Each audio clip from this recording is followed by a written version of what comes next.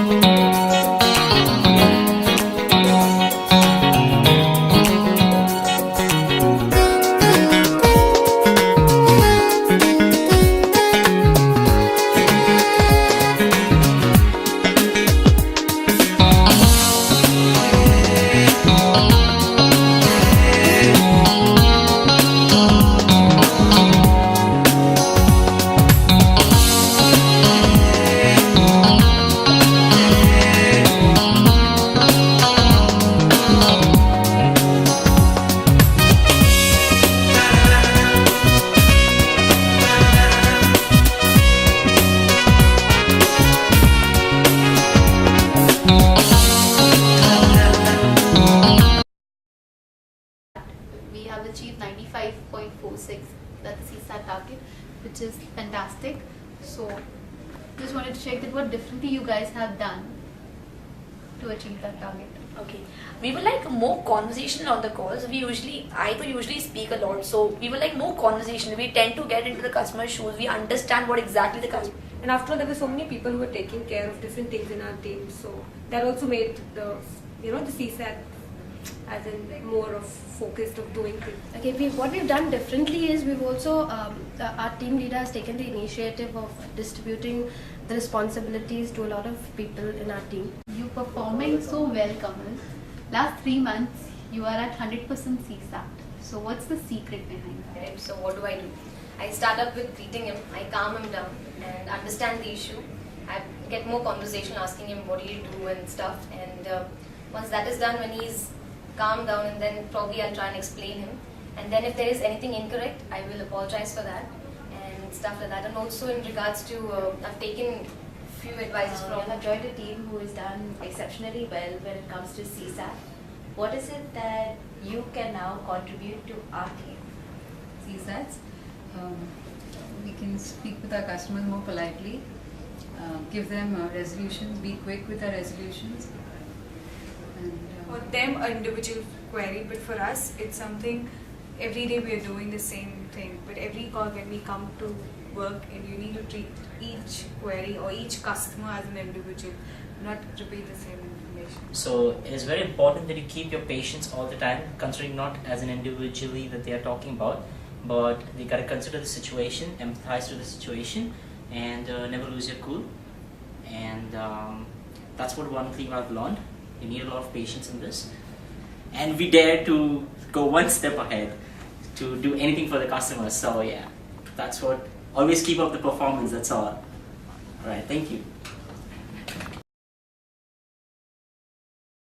What I was saying, so you really think that playing a call for our team and evaluating yourselves and getting those small points as to why a customer a can lot of fun also which we had this month about Secret Santas and those games which we play, because that keeps the motivation on. Because you've seen that these shifts, what we are doing, I mean 6 days in a row, and we did a lot of OTs, etc. So yeah, I think that really works because you guys motivate with all those games and we have a lot of fun. Secondly, we have good team bonding, like our DLKC are pretty cool and we don't get scared of the all of such. Secondly, our teammates, as in the people in our team are so nice, not jealousy, not whatever. What do you think? Why are we getting so much appreciation? What are we doing? I think I have a theory about it, I think what I saw my team doing this month was, of course all of these things what you're saying must have helped, I'm sure. But what I saw my team doing was, on every single call I saw them being very conscious that this is the call that my customer will rate me on. So it's not one call in 10 calls, it's just every call that we're looking at, this is the call that customer might be giving me a feedback on. And being conscious about that is something that was to do our best. I think that's something I want to see in my team next month, every month, going on. So I think that's where. Okay, so the best thing I like is like whenever I'm stuck on a call, Mehul or Valerie, you know, you just come and you know help me to you know finish a call, or else to help me with the resolution, how I can you know do it better, you know, better experience with the customer. So that you know it's really helpful that time. That's nice.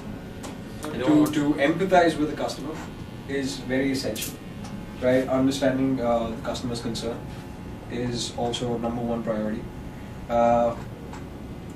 Also, taking ownership or onus of giving a call back at the right period of time, that's also which is necessary.